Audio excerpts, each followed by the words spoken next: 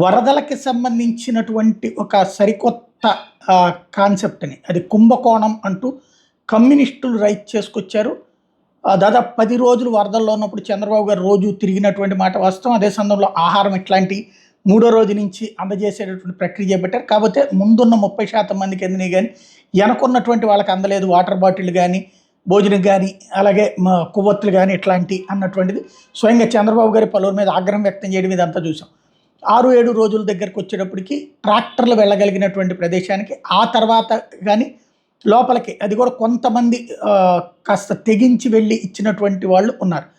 అయితే ఈ సందర్భంగా వందల కోట్ల రూపాయలు ఇందులో ప్రభుత్వం జనాలకి పంచకుండా తినేసింది అంటూ సిపిఎంకి సంబంధించిన రాష్ట్ర కార్యదర్శి వర్గ సభ్యుడు బాబురావు స్టేట్మెంట్ ఇప్పుడు సంచలనం అవుతోంది. ఒకసారి ఆయన ఏమన్నారు విందాం. 100 కోట్ల రూపాయలు గవర్నమెంట్ కి పారిశ్రామికవేత్తలు దాతలు డబ్బులు ఇచ్చారు.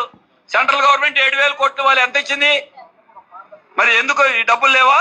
ఇప్పుడు 368 కోట్ల రూపాయలు వీళ్ళందరికీ భోజనం పెట్టడానికి ఖర్చు పెట్టారంట. 1,50,00,000 మందికి ఎవరికైనా అందిందా భోజనం? పనికిరానటువంటి పులిహార 2 పూటలు పెట్టేసి 368 కోట్లు రాసేసుకుంటారు లెక్కలు. ఈ జనానికి ఇవ్వడానికి మాత్రం మీరు తప్పుడోళ్ళు ఒకసారి 2 సార్లు వస్తారన్నారు. వీళ్ళు కాదు, మంచినీళ్ళ బాటిల్ అంట 1,20,00,000 మంది బాటిల్స్ ఇచ్చారంట. 23 కోట్లు ఖర్చు అయిందండి. ఎవరి సొమ్ము ఇది? జనం సొమ్ము. అగ్గిపెట్టులు కొవ్వొత్తులకి 21 కోట్లు ఖర్చు అయిందంట. జనానికి ఇవ్వడానికి మాత్రం డబ్బులు లేవా? అందుకనే ఈ సొమ్మంతా విచ్చలవిడిగా రోడ్ల మీద మరి ఖర్చు పెట్టారో లేదో ఆయన చూసుకోవాలి. వీళ్ళందరికీ న్యాయం చేయాలి. అందుకే ప్రతి ఒక్కరి పేరు నమోదు చేయాలి.